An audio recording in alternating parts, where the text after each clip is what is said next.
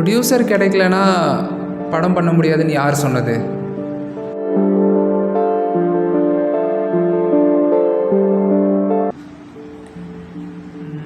இந்த கதையில் வந்து என் லைஃப்பில் நடந்த ஒரு சின்ன ஒரு இன்சிடெண்ட்டை வச்சு தான் இந்த கதையில் கொஞ்சம் ஸ்கிரிப்ட் டெவலப் பண்ணிகிட்ருக்கேன். பட் ஆனால் இப்போ நான் சொல்ல போகிறது வந்து ப்ரொடியூசரை தேடி நான் அலைஞ்ச ஒரு கதை. ஃப்ரான்ஸ்லேருந்து வந்ததும் வந்துட்டான்டா சிக்னாண்டா ஒருத்தவன் அப்படின்னு சொல்லிட்டு நம்மளை சுற்றி ஒரு கூட்டம் வந்து எப்பயும் நம்மளை சுற்றிக்கிட்டே இருக்கும்.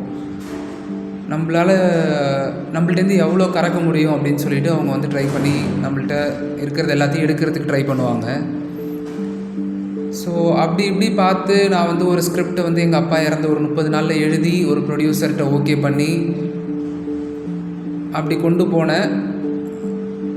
அந்த கதையை அப்புறம் சொல்கிறேன். நடுவில் என்னாச்சுன்னா, நிறையா பெரிய ப்ரொடியூசர்ஸ் நம்மளை வந்து பார்க்க மாட்டாங்க. சின்ன ப்ரொடியூசர்கிட்ட நீங்கள் போனீங்கன்னா அவங்க என்ன சொல்லுவாங்கன்னா, ஃபஸ்ட்டு வந்து இனிஷியல் ஸ்டேஜை நீங்கள் பாருங்கள் அப்படின்னா ப்ரீ ப்ரொடக்ஷன் நம்மளை ஸ்டார்ட் பண்ண சொல்லுவாங்க. ப்ரீ ப்ரொடக்ஷனுங்கிறது பார்த்திங்கன்னா குறைஞ்சது ஒரு 10 to 15 lakhs வந்து செலவு பண்ண சொல்லுவாங்க. அப்போ எனக்கு வந்து சின்ன வயசு, ஒரு 25-26 வயசுங்கிறதுனால அப்போ கொஞ்சம் பணமும் இருந்தது என்கிட்ட, செலவு பண்ணலாம் அப்படிங்கிற ஒரு இன்சிடெண்ட்டில் நான் இறங்கிட்டேன். ஒரு 2-3 லட்ச ரூபா இழந்ததுக்கப்புறம் தான் தெரியுது இவங்க எல்லாருமே வந்து நம்மள்டேருந்து ஏமாத்துறாங்க அப்படின்னு சொல்லிட்டு. உப்மா படம்னு சொல்லிட்டு ஒன்று கோடம்பாக்கத்தில் அடிக்கடி நிறையா இருக்குது.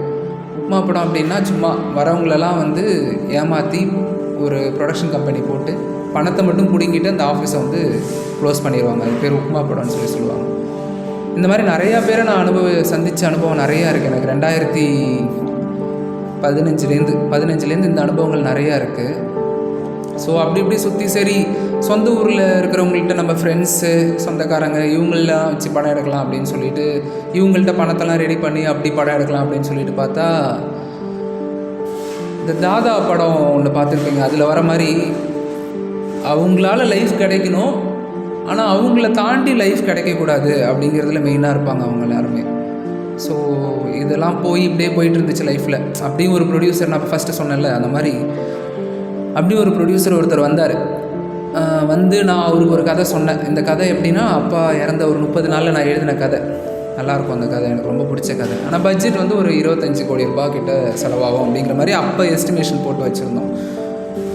நான் என்ன சொன்னேன்னா, அவ்வளோ செலவு பண்ண வேணாம் சார், ஒரு 5 to 10 crores நம்ம பண்ணிடலாம் சார் அப்படின்னு சொல்லிட்டு அந்த ப்ரொடியூசரை வந்து நான் வந்து கொஞ்சம் இது பண்ணி வச்சுருந்தேன்.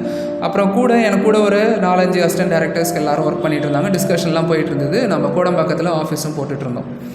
ஆஃபீஸ் போட்டு இப்படி செலவு பண்ணிட்டு போயிட்டு இருக்கும்போது பார்த்திங்கன்னா, ப்ரொடியூசருக்கும் எனக்கும் கான்ஃப்ளிக்ட் வந்துச்சு. கான்ஃப்ளிக்ட்னால் எப்படின்னா, கதையில் கான்ஃப்ளிக்ட் வரல, கூட இருக்கிறவங்களால கான்ஃப்ளிக்ட் வந்தது. அவங்க டிமாண்ட் பண்ண ஆரம்பித்தாங்க, நீ வந்து ப்ரொடியூசர் வந்து நீ ஃப்ரீயாக ஒரு இது பண்ணுற அது பண்ணுற அப்படின்னு சொல்லிட்டு. எனக்கு அந்த ஏஜ் வந்து 26 தான் என்னோடய ஏஜ் அப்போ. ஸோ அப்போ வந்து கூட இருக்கிறவங்க தானே, நமக்கு நல்லது தானே செய்ய போகிறாங்க அப்படின்னு சொல்லிட்டு அவங்க சொல்கிறத கேட்டு ப்ரொடியூசர்கிட்ட சார் இது வேணும் அது வேணும் இது வேணும் அப்படின்னு சொல்லி நான் என்னோடய கேமராமேனை ஃப்ரான்ஸ்லேருந்துலாம் வர வச்சு அப்படிலாம் டெவலப் பண்ணலாம் அப்படின்னு சொல்லிட்டு ஒரு இது பண்ணி போயிட்டுருந்தோம். நீங்கள் என்ன சொன்னீங்க, சின்ன பட்ஜெட்டுன்னு சொன்னீங்க, அப்புறம் பெரிய பட்ஜெட்டுன்றீங்க அப்படின்ற மாதிரி ஒரு கான்செப்ட் என் மேலே தப்பு அப்படின்ற மாதிரி ஆயிடுச்சு. ஆனால் கூட இருக்கிறவங்க சொன்னது நம்ம நல்லதுக்கு தான் சொல்கிறாங்க அப்படிங்கிற ஒரு எண்ணத்தில் நான் செஞ்சேன். கடைசியில் அப்புறம் அந்த ப்ரொடியூசர் வந்து வெறுத்து போய் அவர் ஒரு 15-20 லட்ச ரூபாய் செலவு பண்ணார்.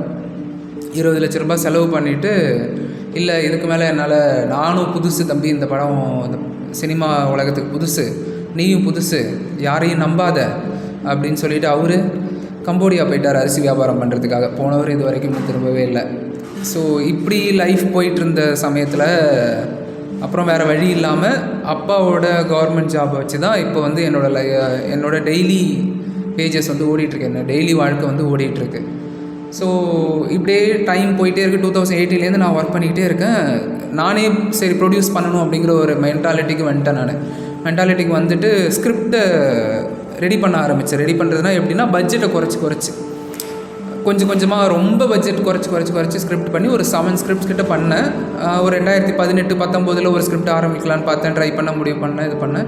இப்போ கடைசியாக கொண்டு வந்தது வந்து இந்த 5 லட்சத்தில் ஒரு ஸ்கிரிப்ட் பண்ண முடியுமா அப்படிங்கிறது, ப்ரொடியூசர் இல்லாமல் பண்ண முடியுமா அப்படிங்கிறது. நான் இருக்கிற பணத்தை வச்சு என்னோடய ஒய்ஃபோட என்னோடய அம்மாவோட சப்போர்ட்டு, அப்புறம் என்னோடய ஃபேமிலி, முக்கியமாக எல்லோரும் என்னோடய ஃபேமிலி சப்போர்ட் எல்லோரும் வச்சு இந்த படம் பண்ணலாம் அப்படிங்கிற ஒரு ஐடியாவில் இருக்கேன். ஸோ பார்ப்போம், கண்டிப்பாக இந்த படத்தை வந்து நம்ம பண்ணி தான் ஆகணும். எவ்வளோ சீக்கிரம் பண்ண முடியுதுங்கிறத நான் ட்ரை பண்ணுறேன். ப்ரொடியூசர் இல்லாமல் ஸ்டார்ட் பண்ணுறவன் நான் மட்டும் இல்லை, நிறைய பேர் இருக்காங்க. ஸோ உங்களில் யாராவது இருந்தீங்கன்னா கூட கீழே கமெண்ட் பண்ணுங்கள், சேர்ந்து ஜேர்னி பண்ணலாம்.